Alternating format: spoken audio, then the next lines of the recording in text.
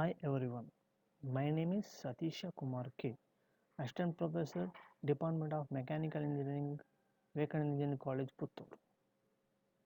Today I am going to explain you about Model 2 under Automobile Engineering subject. The Model 2 is transmission system and brake system. The transmission system consists of clutch, gearbox, propeller shaft and differential gears. The brake system consists of different types of brakes what we are using in automobile. Today I am explain only about clutches and gearbox that coming under transmission system. Transmission is a mechanism which transmits power from engine to the road wheels. From here onwards, transmission is used in the sense that a mechanism which provides suitable variation of engine torque at the road wheels. This may be gearbox or manual transmission or an automatic transmission. With the help of transmission system, we can get different torque you can get mainly based on the when vehicle moving in a normal road or uphill or downhill. Based on that different torque you can get with the help of this transmission system. Normally the transmission system is classified into two types, manual transmission and automatic transmission. Manual transmission is once again classified into sliding mesh gearbox, constant mesh gearbox, synchro mesh gearbox. In that also different speed, 3 speed, 4 speed and 5 speed. In our syllabus, mainly we concentrate on synchro mesh gearbox, sliding mesh gearbox and constant mesh gearbox. Here that gradual engagement and smooth engagement of gear is difficult as compared to synchronous gear, and also in sliding mesh gearbox and constant mesh gearbox it requires double D clutching. For that purpose, to avoid that double declutching, we are concentrated on synchronous gearbox. In modern vehicles, we can observe synchronous gearbox. We can observe along with automatic transmission also. You can observe. This is the schematic representation of synchronous gearbox. Synchronous gearbox is similar to constant mesh type gearbox. All the gears on the main shaft and lathe shaft are in constant mesh with each other. In constant mesh gearbox, if you want to get lower gear, the speed of clutch shaft, lathe shaft and main shaft gear must be increased and is accomplished by double declutching. Double declutching procedure is as follows. First, disengage the clutch and brought the gear to neutral position. Next, engage the clutch and increase the speed of main shaft gears by operating accelerator pedal. Once again, disengage the clutch and put the required lower gear. After that, once again engage the clutch. As the clutch is disengaged twice, this process is called double declutching. For obtaining higher gear, we have to go in the reverse manner. For smooth engagement of the gear, we have to wait with neutral gear till the main shaft speed is decreased sufficiently. This is the problem we are facing in constant mesh gearbox. To eliminate this one, synchro mesh gearbox are arises, so that nowadays we are using we are observing synchro mesh gearbox in modern vehicles. Not modern means present you can observe in automatic along with synchro mesh you can observe. Coming to synchronous gearbox.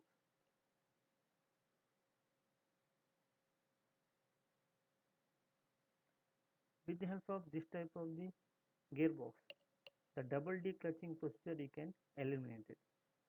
Here, the members to be engaged are first brought into frictional contact. This makes their speed equal, and then the members may be engaged smoothly. However, these devices are not fitted fitted to all the gears.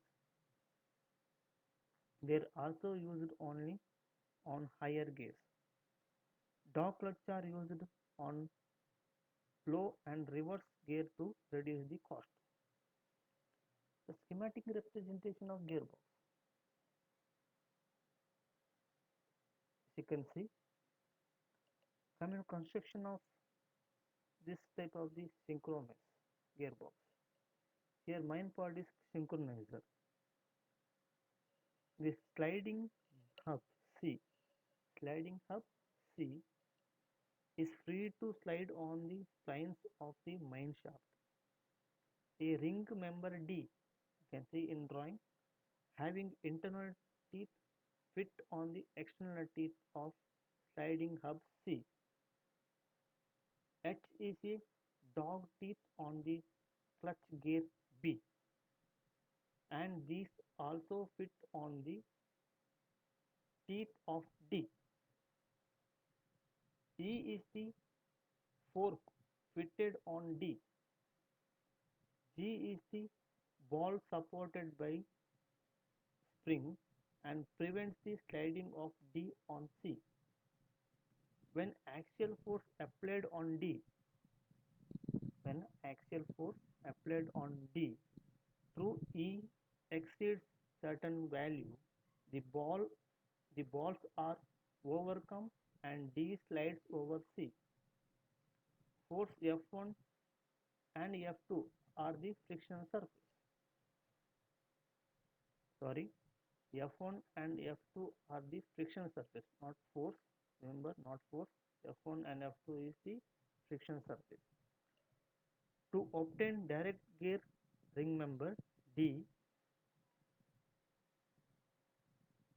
the sliding hub C is slides towards left till friction surface F1 and F2 rub against each other and the friction makes their speed equal.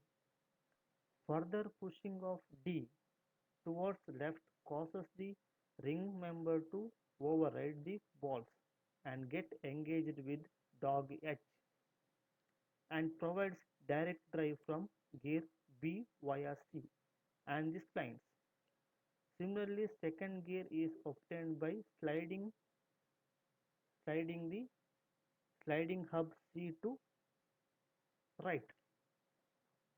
This is the working of synchronizer in synchronous gearbox.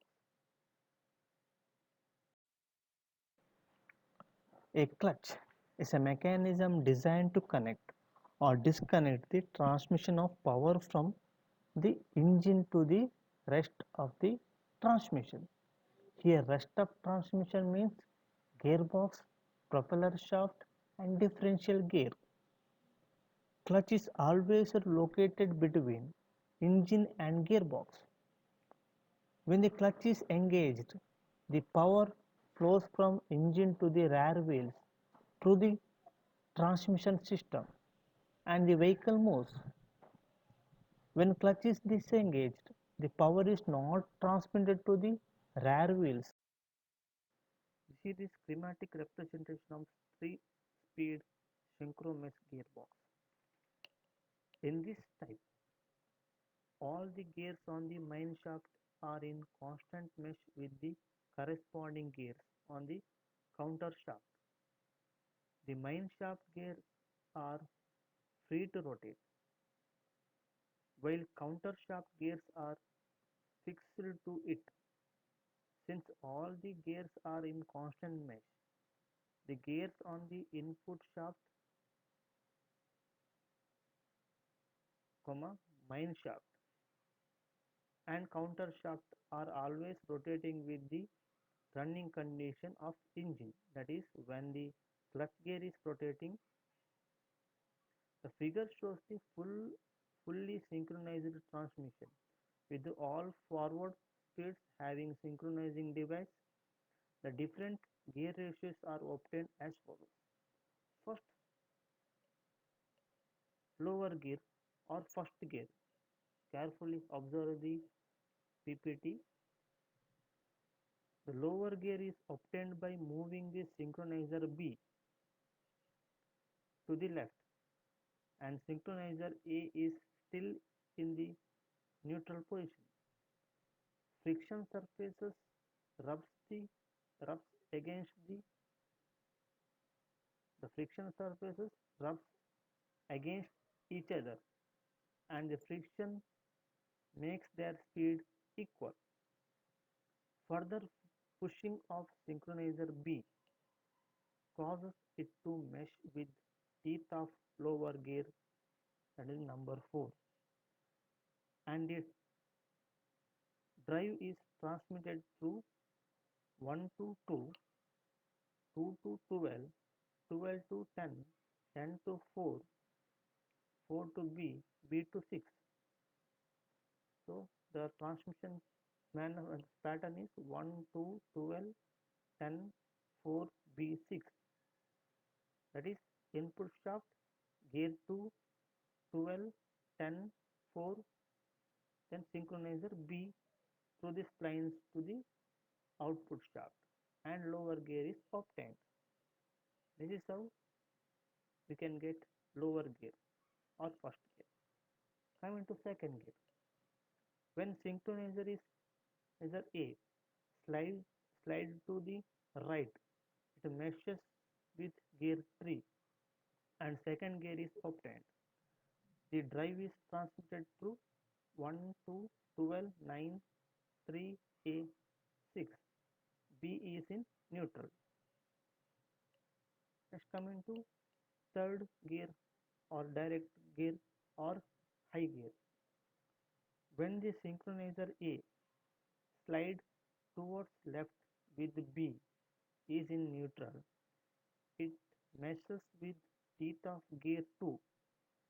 This locks the input and output shaft together and the low and the power flow is direct. The cluster is driven and still turns the second gear, which is free to turn on the output shaft. This is how we can get direct gear. And now coming to reverse gear. Reverse gear is obtained by moving synchronizer B to the right with A in the neutral position. The input shaft turns the cluster, which is in turn drives the gear 5 through 11 and 8.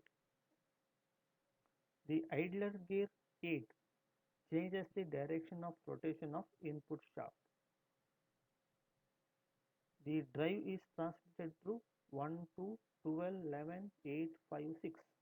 Likewise, we can achieve reverse gear in 3-speed synchromesh transmission system or 3-speed synchromesh gearbox.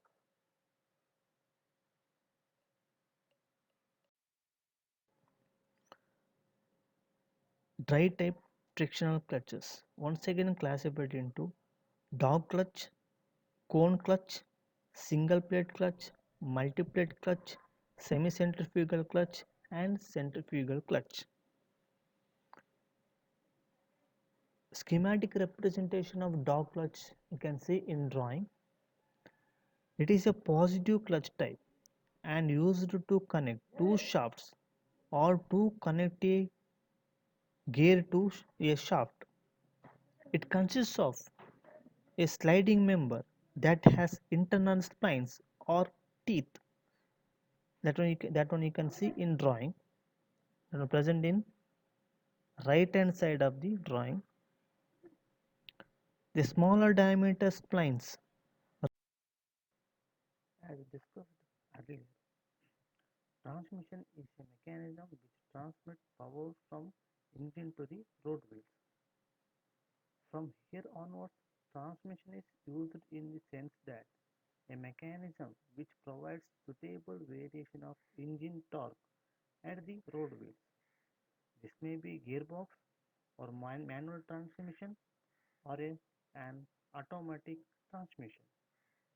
With the help of transmission system, you can get different torque you can get mainly based on the when vehicle moving in a normal road or uphill or downhill. Based on that different torque you can get with the help of this transmission system. Normally the transmission system is classified into two types, manual transmission and automatic transmission. Manual transmission is once again classified into sliding mesh gearbox, constant mesh gearbox, synchro mesh gearbox. In that also different speed, 3 speed, 4 speed and 5 speed. In our syllabus, mainly we concentrate on synchro mesh gearbox, sliding mesh gearbox and constant mesh gearbox. Here that gradual engagement and smooth engagement of gear is difficult as compared to synchronous gear, and also in sliding mesh gearbox and constant mesh gearbox it requires double D clutching. For that purpose, to avoid that double declutching, we are concentrated on synchronous gearbox. In modern vehicles, we can observe synchronous gearbox. We can observe along with automatic transmission also. You can observe.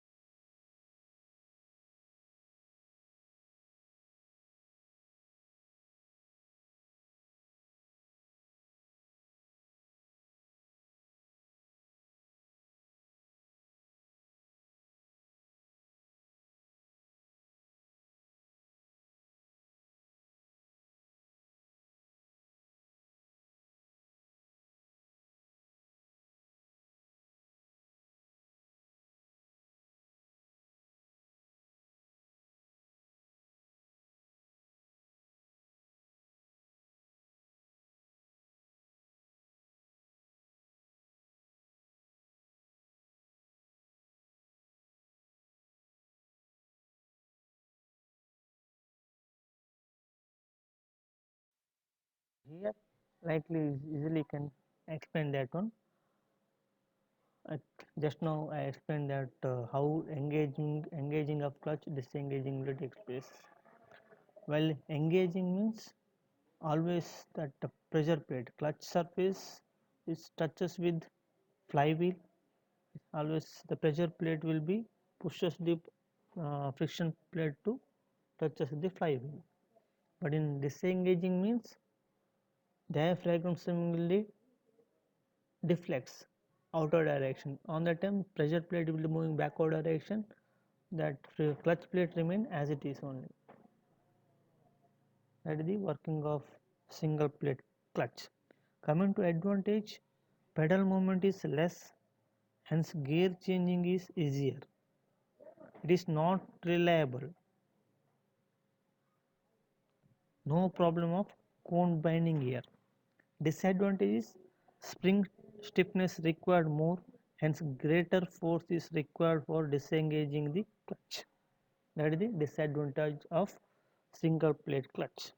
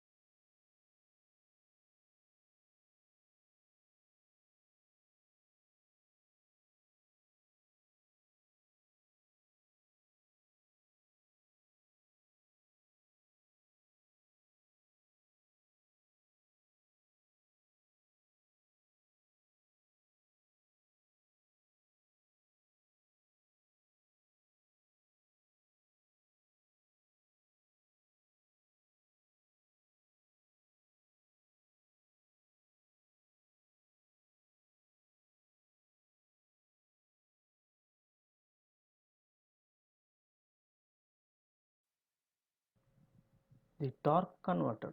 This is the cross-sectional view of torque converter. It is a device which performs the function of gearbox, that is, increases the torque while reducing the speed. The construction of this is similar to fluid coupling, but with one important difference, that it has an additional stationary member named as the stator or reaction member. The fluid coupling can transmit all available engine torque, but it cannot multiply this torque. But the torque converter increases or multiplies the torque in a ratio of about 2:1 to 3:1. Thus, torque converter performs the function of gearbox. The gearbox provides the torque variation only in finite number of steps. In torque converter, torque output variation is continuous and depends upon type of converter used. In torque converter, driving member is referred as the pump or impeller, and driven member is called turbine. In operation, pump drives the turbine. In coming to construction of torque converter, it consists of an impeller also called as driving member. It is mounted on the engine crankshaft. Second part, turbine driven member, which is connected to the road wheels through transmission shaft. Third part is stationary member, which is mounted on the free wheel mechanism. When both driving and driven members are running at same speed, the free wheel mechanism allows the stationary member to run freely. An oil pump is used to supply the oil under pressure to avoid cavitation. The pressure is about 200 to 1200 kilopascal. Coming to operation of torque converter.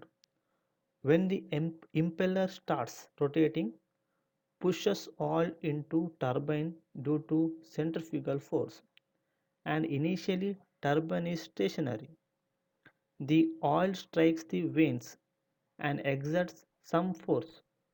When this force is greater enough, turbine starts rotating and the vehicle moves. The turbine blades angle changes. The turbine blade angle changes the oil flow direction so that when it comes out of the turbine at the center, its direction is effectively backward. If there is no stator, oil pushes the impeller in the opposite direction and thus opposes the driving force of the impeller. This would result in loss of power. A stationary member called stator is used to change the direction of oil flow in favorable direction so that it enters the impeller in the helping direction and causes no dragging action on the impeller. The impeller again pushes the oil back into the turbine at trailing edge. This repeated pushing of turbine vanes increases torque on the turbine, and the phenomenon being called torque multiplication. This is possible only when there is a difference in the speed of impeller and turbine. The greater the difference, greater will be the torque multiplication. Thus, maximum torque multiplication is possible when the turbine is stationary. If the impeller is running fast at the engine speed, turbine is stationary. The condition is called stall. When, when the car moves with the increase in the turbine speed, torque multiplication gradually decreases. Torque multiplication will become unity when both torque members are running at same speed, that is impeller speed equal to turbine speed. This condition is called direct gear mechanism. This is the working of torque converter. This is the exploded view of torque converter. As I told, torque converter consists of three parts: impeller, stator, and turbine. Without this stator, the torque multiplication is not possible. Hence, stator is very important part in this unit. Automatic transmission system. This is the last topic of this chapter. The cross sectional view of automatic transmission is, you can see, this is the one example of Borg Warner automatic transmission system. It consists of a single stage torque converter coupled to an epicyclic gearbox, which gives 3 forward and 1 reverse speed ratio. The turbine of the impeller is integral with the drum D1 and D2 of the clutches C1 and C2. When C1 is engaged, the drive goes to the sun gear S2 and If brake B is applied, it gives lower gear. The second gear is obtained by applying brake B2 instead of B1. The one-way clutch F prevents planet carries R from rotating backward but allows it to rotate forward. If C1 and C2 are engaged simultaneously, the gear is locked solid and a direct drive is obtained. For reverse gear, C2 is engaged and brake B is applied. The drive then goes from S1 to P1 and hence to the annulus A, the planet carrier being fixed. This is how we can achieve reverse gear in automatic transmission system. That completes the